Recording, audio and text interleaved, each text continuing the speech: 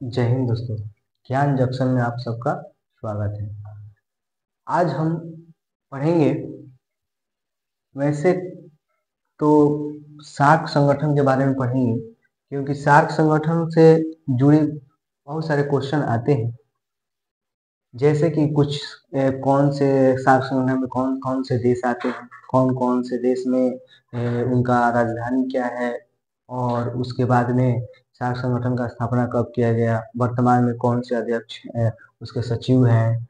इन सभी तमाम बातों की चर्चा करेंगे और इसके एक छोटा सा ही वीडियो बनाए।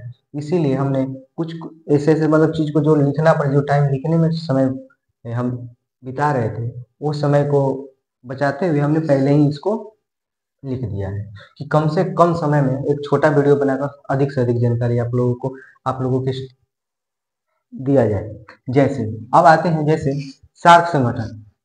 सार्क संगठन तो सार्क संगठन का सबसे पहले पूरा नाम क्या होता है? तो सबसे पूरा पहले इसका पूरा नाम है south Asian association for regional cooperation. मतलब कहने का मतलब है यह एक दक्षिण एशिया का एक ऐसा संगठन बनाया गया जिसमें कुछ देश को, लगभग 8 देश को इसमें सम्मिलित किया गया, और उसको विकासशील के राह पर विकास आगे की ओर बढ़ाने के लिए हम लोग इस संगठन का स्थापना की है। जैसे सार्क संगठन हो गया, इसकी स्थापना अगर बात करते हैं तो 8 दिसंबर 1985 को होता है। 8 दिसंबर 1985 में सबसे पहले जो स्थापना मतलब इस संगठन बनाया गया था, वो वहां पर वो जैसे दक्षिण एशिया का वो बांग्लादेश जो बना था, जो 1971 में बांग्लादेश का निर्माण हुआ था, उसमें 1985 को ढाका में इस संगठन की स्थापना किया गया था। यानी कि 1985 में हम लोग कह सकते हैं कि सार्क संगठन की क्या हुआ था, स्थापना हुआ था। अब आते हैं इसमें कुल कितने देश आते हैं। इसमें कुल देश की संख्या 8 है। कुल देश की संख्या 8 है, और ये 8 देश का नाम जो इस प्रकार हम बता सकते हैं कि पहला देश, हम लोग इस मैप के आधार पर छोटा सा मैप बनाए हैं, इस मैप के आधार पर भी हम समझेंगे कि कौन देश कहाँ पड़ता है। तो ठीक है, तो सबसे पहले हम नीचे से ही आते हैं कि सार्क संगठन में पहला देश अगर हम बात करें तो नीचे से हम लेते हैं तो मालदीव। दूसरे नंबर पे आएगा श्रीलंका। तीसरे नंबर पे आएगा भारत। 4 नंबर पे पाकिस्तान। इससे तो आप लोग सब लोग परिचित होंगे, पाकिस्तान। और 5 नंबर पे अफगानिस्तान। 6 नंबर पे नेपाल। 7 नंबर पे भूटान। और 8 नंबर पे बांग्लादेश।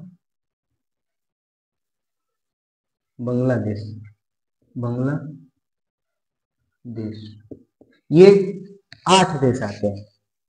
ये 8 देश नीचे से एक क्रमानुसार ऐसे क्रम में याद रखें जो कि मतलब हमारे लिए क्या याद हो सके, बहुत जल्दी याद हो जाए। तो हम लोग जैसे यहाँ से याद करते हैं मालदीव, श्रीलंका, भारत, पाकिस्तान, अफगानिस्तान, नेपाल, भूटान, बांग्लादेश। नाम भी लिख देते हैं यहीं पर। 1 नंबर पे तो 1 नंबर पे इसको लिख दे रहे हैं। 2 नंबर पे ये है श्रीलंका। 3 नंबर पे भारत। 4 नंबर पे वही पाकिस्तान। 5 नंबर पे अफगानिस्तान। 6 नंबर पे नेपाल। 7 नंबर पे भूटान।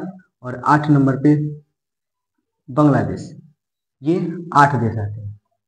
ये 8 देश में भारत के साथ सीमा जो बनता है, अगर बात करें तो अफगानिस्तान का सीमा बस केवल ऊपर की ओर यहाँ पर बनता है। इसके सिवा अफगानिस्तान का सीमा भारत से नहीं बनता है, थोड़ा सा हल्का केवल सीमा बनता है।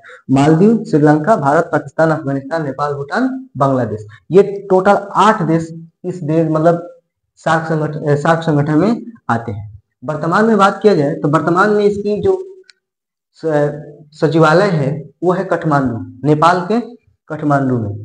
काठमांडू नेपाल की राजधानी है। जैसे यहाँ बांग्लादेश की राजधानी ढाका है, उसी पर नेपाल की राजधानी काठमांडू है। अभी फिलहाल में अगर बात किया जाए कि अभी उसके सचिव कौन है, तो गुलाम सरवर है, जो कि 2023 में इनको नियुक्त किया गया था। अब आते हैं इस संगठन का मुख्य उद्देश्य क्या रहा, क्या है इसका मुख्य उद्देश्य, और इसकी स्थापना करने की जरूरत ही क्यों पड़ी।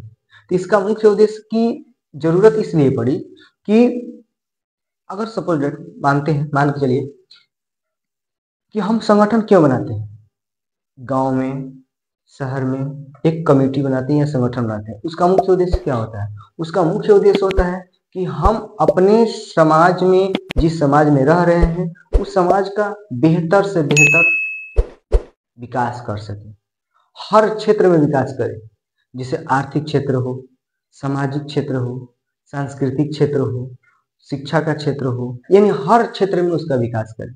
यानी किसी भी हर हालत में हमें क्या है, एक विकासशील चाहिए, विकास मतलब विकास के राह पर चलना जरूरी है। तो इस आधार पर इनका भी मुख्य उद्देश्य यही था। जैसे हम समाज और नीचे स्तर पर हम सोच के देखें, कोई भी कार्य मतलब नीचे स्तर से अगर सोच के देखिएगा तो वो लगेगा कि नहीं, हाँ ऐसा ही कुछ बड़े स्तर पर भी हुआ है, लेकिन बड़े स्तर पर करने का मुख्य उद्देश्य हो जाता है कि बड़े स्तर पर कुछ बड़े चीज करने का उद्देश्य हो जाता है।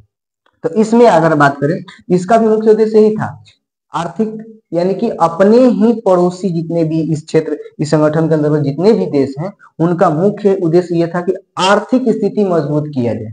यानी अगर किसी भी कोई भी देश आर्थिक स्थिति से कमजोर है, उसको सहायता करें, आर्थिक स्थिति से उसको भी मजबूत करें, इसका मुख्य उद्देश्य ये था। सामाजिक, अगर समाज में पिछड़ा हुआ है, उसको समाज में अपनी पहचान नहीं बन पा रही है या पहचान नहीं बने, तो उसकी योग्यता के अनुसार उसके कार्य को करवाएं और समाज में उसका भी सामाजिक स्तर को ऊपर ले जाने का प्रयास करें। जिस देश या जिस समाज का संस्कृति डूबता जा रहा है या वो समाप्त होते जा रहा है, उसका भी विकास करें, यानी उसको बचाएं। जिससे क्या होगा, हमारा इस देश, जितने भी देश हैं, इन देशों का मतलब विकास और तेजी से होगा। तो सामाजिक आर्थिक विकास ये सब। दूसरी बात कि हम सब एक तरह से बात किया जाए तो ये पड़ोसी भी हो गए, आपस में एक दूसरे के पड़ोसी भी हैं। तो पड़ोसी में कभी झगड़ा लड़ाई ना हो, शांति का व्यवहार बना रहे, इस उद्देश्य से भी हम लोग क्या किए कि इसमें एक शांति की विचारधारा भी ले सकते हैं कि शांति भी बनी रहे। यानी कि कोई दूसरे देश अगर अदरवाइज इनको छोड़कर कोई और भी देश इन पर किसी देश को सताता है, तो हम सब मिलकर ना इसका सपोर्ट करेंगे और उसका विरोध करेंगे। अगर गलत वो देश है तो हम इस सबको मिलकर इसका सपोर्ट कर उसका विरोध करेंगे। तो इसमें भी एक बात किया जाए कि शांति बनी रहे, युद्ध ना हो, लेकिन फिर भी हम सब जानते हैं, ये सब संगठन में है, लेकिन फिर भी जानते हैं कि ये बार बार छेड़छाड़ करते रहता है। ये 4 नंबर वाला हमेशा क्या करता है, छेड़छाड़ करते रहता है। देखिए टिक भी कर दिए, ये 4 नंबर वाला, ये कभी सुधरेगा नहीं। उसके बाद में इसका तो मुख्य उद्देश्य हो गया कि ये इस प्रकार से हमने मतलब इस युद्ध का मतलब स्थिति न बन युद्ध की स्थिति न बन पाए, देश में विकास होते रहे, आर्थिक स्थिति मजबूत रहे। आज इसी का दिन है कि सार्क संगठन में जितने भी देश हैं वो लगभग सभी ठीक ठाक हैं, हर कोई अपने पर आत्मनिर्भर हो चुका है। कोई देश किसी के साथ, ठीक है, संबंध जैसा भी हो, लेकिन कहने का मतलब ये हुआ कि ये सभी देश अब अपने से आत्मनिर्भर बन चुके हैं। यानी किसी से मतलब उतनी जरूरत नहीं है कि हम हमेशा उसके पास हाथ फैलाएं, लेकिन एक व्यक्ति है जो हमेशा हाथ फैलाते रहता है। वो कौन है, यही 4 नंबर है। 4 नंबर हमेशा हाथ फैलाते रहता है, कभी इस नेपाल के ऊपर वाले से हाथ फैलाएगा तो कभी उधर चले जाएगा।